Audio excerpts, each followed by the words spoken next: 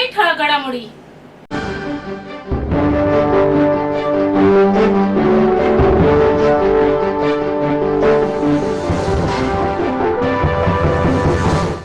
ठाण्यात श्री ऋषभदेवजी महाराज जैन धर्म temple add ज्ञाती trust Thane आणि श्री राजस्थान श्वेतांबर मूर्ती पूजक जैन संघ यांच्या संयुक्त विद्यमाने ठाण्यातील सर्व जैन संघटनांनी एकत्रित श्री ठाणा जैन महासंघ स्थापन करून श्री महावीर स्वामी जन्म कल्याणक निमित्ताने ठाणे शहरात भव्य शोभायात्रा काढली होती. शोभायात्रेचे उद्घाटन करण्यासाठी आमदार संजय केळकर, आमदार निरंजन डावखरे, माजी महापौर नरेश मस्के, भाजपा प्रदेश प्रतिनिधी संदीप लेले, भाजपा शहर अध्यक्ष संजय वाघोले, शहर प्रमुख हेमंत पवार, माजी नगरसेवक सुधीर कोकाटे, समाजसेवक महेंद्र जैन, मुनिमंत परमपूज्य विश्वनाथ विजय महाराज, परमपूज्य एस विजय महाराज, परमपूज्य मनीष मुकुंद कुमारजी, परमपूज्य निरंजन मुनी महाराज तसेच ऋषभदेवजी महाराज जैन धर्म टेम्पल अँड ज्ञाती ट्रस्ट ठाण्याचे अध्यक्ष उत्तम सोलंकी, मॅनेजिंग ट्रस्टी उदयकुमार परमार, पियुष शहा, उपमॅनेजिंग ट्रस्टी सुखराज परमार, सेक्रेटरी अशोक कुमार गांगुलिया, उपसेक्रेटरी गुणवंत शाळेचा, कोषाध्यक्ष अशोक कुमार पारेख, उपकोषाध्यक्ष प्रवीण कुमार राठोड, ट्रस्टी महिपाल मंडेसा, रमेश कुमार हेलोरिया बोरा, महावीर चंद्रजी पुनमिया, संपतराज कुंकुचपडा, सुरेश कुमार छाछेड व इतर मान्यवर व्यासपीठावर उपस्थित होते. शोभायात्रेत सामील होण्यासाठी खासदार राजन विचारे, आमदार प्रताप सरनाईक, माजी आमदार रवींद्र फाटक आदी मान्यवर उपस्थित होते. विविध वाद्य पथके, चांदीच्या रथामध्ये भगवान श्री महावीर स्वामी स्वतः विराजमान होऊन सामील झाले होते. जैन धर्माचे महावीर स्वामी यांच्या रथासोबत जैन धर्माचे अनेक साधुसंत उपस्थित होते. अहिंसा परमधर्म जगा, जगू द्या, मानवता हा सर्वात मोठा धर्म आदी संदेश देण्यात आले. या शोभायात्रेमध्ये vintage car, bike rally, cycle rally आणि सजावट करून तयार करण्यात आलेले ट्रक सुद्धा सहभागी झाले होते.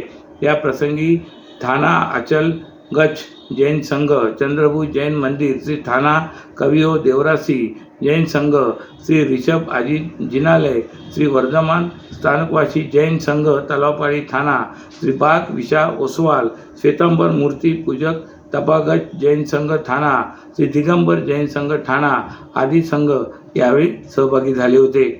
सदर शोभायात्रा जांभीनाका येथील शिवाजी मैदान येथे विसर्जित झाल्यानंतर येथे समस्त भाविकांसाठी महाभंडाऱ्याचे आयोजन करण्यात आले होते. सगळ्यात पहिले जय जिनेंद्र. पूर्ण आमचा ठाण्या महासंघतर्फे सगळ्या आपल्या महाराष्ट्र बांधवांना जय जिनेंद्र. आणि महावीर जयंतीची आज रथयात्रा आहे. 2600 वर्ष पूर्ण होऊन गेले महावीर स्वामींना. आज रथयात्रा भव्य काढण्यात येत आहे. इकडनं कोटनाका, आंबेडकर पुतळा, आपल्याला जांभी नाका, आपलं पूर्ण तळामाळीपासून आपण हे करून आपण टिपी नाक्यावर येणार आणि महाप्रसाद आपण शिवाजी मैदानात ठेवलेला आहे. आणि महावीर स्वामी भगवानांनी नेहमी हेच निरोप दिला आहे, जियो और जीने दो, अहिंसा परमो धर्म, गो हत्या का विरोध करो और सभी मिलजुल कर राहो. सगळेजण मिळून राहावं. आपण महाराष्ट्रामध्ये राहतो, सगळं आपण महाराष्ट्र बांधव आणि सगळ्यांना जेवढे समाज इकडे राहतात सगळ्यांना आमच्यातर्फे आमंत्रण आहे. सगळ्यांनी या महावीर जन्म कल्याणीचा रथमध्ये सगळ्यांनी आमच्याबरोबर जुळावं. गेल्या वर्षी मुख्यमंत्र्यांनी हजेरी लावली होती, यंदाचं कसं नियोजन असणार आहे? हो, गेल्या वर्षी मुख्यमंत्री साहेबांनी आपल्याला ग्रीन सिग्नल दिलेला आणि इकडनं आपली भव्य रथयात्रा सुरू झालेली. आज पण त्यांनी म्हटलं आहे की रात्री उशिरा आलोय पण मी येईन, नक्की येईन आणि महावीर स्वामींचा रथयात्रेमध्ये मी जुळू. इतर मान्यवर कोण उपस्थित राहणार आहेत का? इतर सगळे नेते मंडळी व आपले नगरसेवक जेवढे आहेत ते सगळे हजर राहणार. आणि सगळ्यात मोठं आज आमच्याबरोबर दिघे साहेब पण आहेत, धर्मवीर आनंद दिघे साहेब. त्यांचा कायम आशीर्वाद राहिला या देवळावरती, या समाजावरती आणि पूर्ण महाराष्ट्रात त्यांचा आशीर्वाद राहिला. आज त्यांना पण आम्ही याच्यामध्ये आम्ही त्यांचा फोटो घेऊन आम्ही बग्गीमध्ये आम्ही ठेवलेला आहे आणि दिघे साहेबांना मानाचा मुजरा दिलेला आहे. ठाण्यात गेल्या 24 तासात 3 अवजड वाहनांचे अपघात झाले. पूर्व द्रुतगती महामार्ग आणि घोडबंद रोडवर झालेल्या या दुर्घटनानंतर काही काळासाठी या मार्गावर कोंडी झाली होती. तर अपघातातील जखमींना उपचारासाठी रुग्णालयात दाखल करण्यात आले. घोडबंद रोड येथे टँकरला आग लागली होती. या अग्नितांडवानंतर अग्निशमन दलाने तब्बल तासाभराने आगीवर नियंत्रण मिळवले. घोडबंद रोड येथे मानपाडा उड्डाणपुलावर तब्बल 25,000 लिटर खाद्यतेलाचा साठा असलेल्या टँकरच्या कॅबिनला काल सकाळी आग लागली. कॅबिनला आग लागताच प्रसंग सावधान राखत टँकर चालक साजिद अली याने बाहेर उडी घेतल्याने त्याचा जीव वाचला. हा टँकर JNPT येथून पालघरच्या मनोर येथे जात असताना मानपाडा उड्डाणपुलाच्या उतरणीवर आग लागली. त्यामुळे ठाण्याकडून मानपाडा उड्डाणपुलावरून पोटबंदरच्या दिशेने जाणारी वाहतूक 1 तासासाठी बंद ठेवण्यात आली होती. ही वाहतूक सेवा रस्त्याने वळवण्यात आली होती. अग्नितांडवानंतर हा ट्रक वाहतूक पोलीस कर्मचाऱ्यांनी हायड्रा मशीनच्या साहाय्याने रस्त्याच्या बाजूला केला. या अपघातानंतर काही तासातच पूर्व द्रुतगती महामार्गावर कॅडबरी जंक्शन येथे मुंबईकडून नाशिककडे जाणाऱ्या मार्गिकेवर ट्रक उलटला. या ट्रकमध्ये 22 टन वजनाचे काचेचे साहित्य होते. हा ट्रक JNPT ते गुजरात असा जाताना कॅडबरी जंक्शनच्या वळणावर उलटला. या अपघातानंतर वाहतूक पोलिसांनी अपघातग्रस्त ट्रक हटवल्यानंतर वाहतूक कोंडी सुरळीत झाली. सध्याच्या नकली शिवसेनेकडे धनुष्यबाण नाही, पक्ष नाही. खरी शिवसेना मी वाचवली, त्यामुळेच अनेक लोक माझ्यासोबत आले. मी काही एरियल फोटो काढणारा किंवा फेसबुक लाईव्ह करणारा मुख्यमंत्री नाही. मी शेताच्या बांधावर जाऊन काम करणारा मुख्यमंत्री आहे. अशा शब्दात एकनाथ शिंदे यांनी उद्धव ठाकरे यांना लक्ष्य केले. रविवारी ठाण्यात आयोजित करण्यात आलेल्या सभेत बोलत होते. यावेळी एकनाथ शिंदे यांनी ठाकरे गटावर टीकास्त्र सोडले. एकनाथ शिंदे यांनी आपल्या भाषणात ठाकरे गटाचे ठाणे लोकसभेचे उमेदवार राजन विचारे यांच्यावरही टोप टाकली. काही लोक ठाण्यात फिरून काहीतरी सांगत आहेत. गेल्या लोकसभा निवडणुकीत मी सांगितलं म्हणून राजन विचारे निवडून आले. तुम्ही शिवसेनेच्या जोरावर निवडून आलात. आता तुम्हाला शिवसैनिक उभे करणार नाहीत. यावेळी ठाण्यात महायुतीचा खासदार होईल. हे सगळे माझे उमेदवार नगरसेवक, आमदार, खासदार निवडून आणतात, पण नंतर अनेक लोक या उमेदवारांना विसरून जातात. पण आपण सगळ्यांना उभे करतो आणि उभे राहतो. गेल्या 10 वर्षामध्ये श्रीकांत शिंदे यांच्या रूपाने काम करणारा खासदार मिळाला. आगामी निवडणुकीत आपल्याला मोदींना पंतप्रधान करायचे आहे.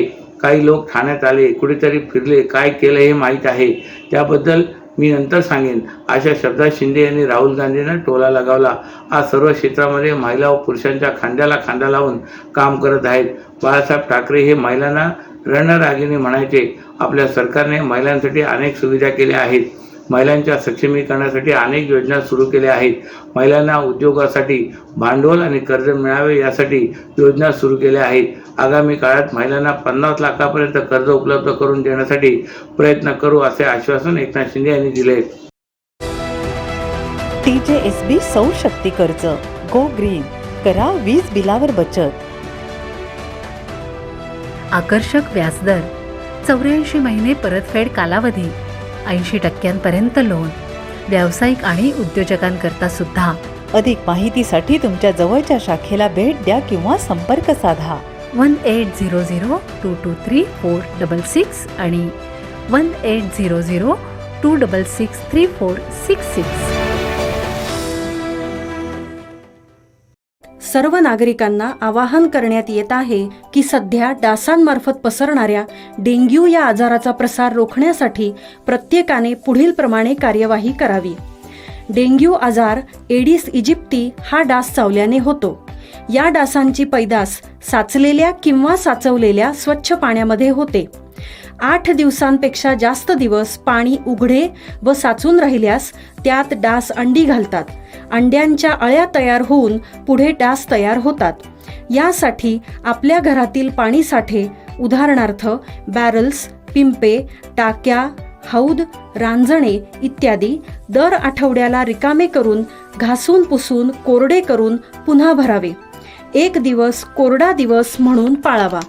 पाणी साठ्यांना घट्ट झाकणे बसवावीत किंवा जुनी साडी, चादर, धोतर यांनी बांधून झाकून ठेवावीत, म्हणजे डास त्यात जाऊन अंडी घालणार नाहीत. घराच्या गच्चीवर, आजूबाजूला, अंगणात कोठेही पाणी साचू देऊ नये. भंगार सामान उघड्यावर टाकू नये. उदाहरणार्थ टायर्स, प्लास्टिक सामान, कुंड्या, टाकाऊ वस्तू इत्यादी. अशा सामानात पावसाचे पाणी साठून त्यात डेंग्यूच्या डासांची पैदास होते. घरातील कूलर्स, फ्रीजच्या पाठीमागील ट्रे हे देखील वेळोवेळी कोरडे करावेत. लक्षात ठेवा, नुसत्या फवारणीने डास घनता कमी होत नाही, तर त्यासाठी डास पैदास ठिकाणे नष्ट करणे ही आपल्या सर्वांची जबाबदारी आहे. कोणताही ताप अंगावर न काढता जवळच्या शासकीय रुग्णालयात मोफत औषधोपचार घ्या. अशा प्रकारे नागरिकांनी सहकार्य केल्यास डेंग्यूचा प्रसार रोखणे सहज शक्य आहे. तलावांच्या सुशोभीकरणाच्या नावाखाली अतिरिक्त सिमेंट वापर केला जातो. तलाव तयार होत असताना त्याचे पोषण मूल्य कमी असतात. दर पावसात पाणी वाहत येते तेव्हा मातीतून पोषण द्रव्ये घेऊन येते, ते तलावात साठून जाते. पुन्हा पुन्हा ती वापरली जातात. अशा पद्धतीने पोषणाची उपलब्धता तलावात वाढत असल्याची माहिती पर्यावरण अभ्यासक प्राध्यापक पुरुषोत्तम काळे यांनी दिले. ठाणे महानगरपालिका आणि पर्यावरण दक्षता मंडळ यांच्या संयुक्त विद्यमाने माझा तलाव ही मोहीम ठाण्यातील तलावांचे संवर्धन करण्यासाठी सुरू केले. या मोहिमेअंतर्गत ब्रह्माळा तलाव या ठिकाणी तलावावर बोलू काही हा कार्यक्रम आयोजित केला होता. या कार्यक्रमात प्राध्यापक काळे यांनी मार्गदर्शन केले. त्यावेळी त्यांनी तलाव कसे तयार होते, त्याचे प्रकार याची माहिती देत सविस्तर मार्गदर्शन केले. त्यावेळी पुढे ते म्हणाले की माझा तलाव ही चळवळ अधिक पुढे नेण्याचा प्रयत्न करावा. तलाव मरणापासून वाचवण्यासाठी तलावांची खोली तशीच राहिली पाहिजे. त्यातील वाढलेली सेंद्रिय मूल्ये काढली पाहिजेत. तलाव हा मध्यावर खोल अधिक असल्यास त्या जागी जलचर चांगल्या पद्धतीने वास्तव्य करू शकतात, असेही त्यांनी नमूद केले. माझा तलाव मला वाचवायचा आहे, त्यासाठी आपल्या वृत्तीत बदल करावा लागणार आहे. तलावावर गेल्यावर माशांना पाव टाकू नये, तलावांच्या परिसरात कचरा करू नये, पाण्यात निर्माल्य टाकू नये, तलावाच्या भोवती असलेली झाडे वाचवली पाहिजेत. याबरोबर तलावावर येणाऱ्या लोकांचे मोठ्या प्रमाणात प्रबोधन करण्याची गरज आहे. ज्यावेळी नागरिकांना तलाव हे आपले वाटेल तेव्हा खऱ्या अर्थाने माझा तलाव मोहिमेचे व्यापक रूप होईल, असा आशावाद प्राध्यापक काळे यांनी व्यक्त केला आहे. भाजपने निवडणुका रोखेच्या माध्यमातून टोरंट पॉवर कंपनीकडून कोट्यवधी रुपये घेतले असल्यामुळेच भिवंडी टोरंट कंपनीची दादागिरी वाढली आहे, असा गंभीर आरोप राष्ट्रवादी शरद पवार पक्षाचे नेते जितेंद्र आव्हाड यांनी केले. भिवंडीतील मेळाव्यात ते बोलत होते. चंदा दो धंदा लो, चंदा दो धंदा लो, असे व्यापारी आणि बिल्डर धार्जिणी काम भाजपने केल्याचा आरोप करत देशातील नागरिकांच्या जीवाशी खेळणाऱ्या भाजपला सामान्य नागरिक यांची जागा दाखवल्याशिवाय राहणार नाहीत, असेही त्यांनी म्हटले आहे. भाजप सरकारच्या काळात देशात गुंडागिरी व ड्रग्ज माफिया वाढल्या आहेत, असा आरोपही त्यांनी केला आहे. राष्ट्रवादी शरद पवार पक्षाचे नेते सुरेश म्हात्रे भिवंडी लोकसभा मतदारसंघातून निवडणूक लढवत आहेत. त्यांच्या निवडणूक प्रचारासाठी भिवंडी शहरातील आमपाडा येथे सायंकाळी पक्षाच्या वतीने जाहीर मेळावा आयोजित करण्यात आला होता. या मेळाव्यात बोलताना राष्ट्रवादी शरद पवार पक्षाचे नेते आव्हाड यांनी भाजपवर टीका केली. भिवंडी टोरंट पॉवरचा मुद्दा गंभीर बनला आहे.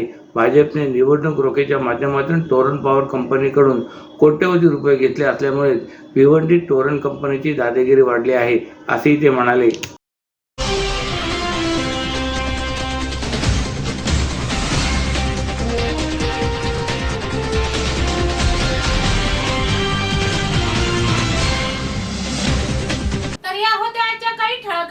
तर पुन्हा भेटू याच वेळी याच ठिकाणी. ठाणे दर्पण या वृत्तवाहिनीचे प्रसारण YouTube वर पाहायला विसरू नका.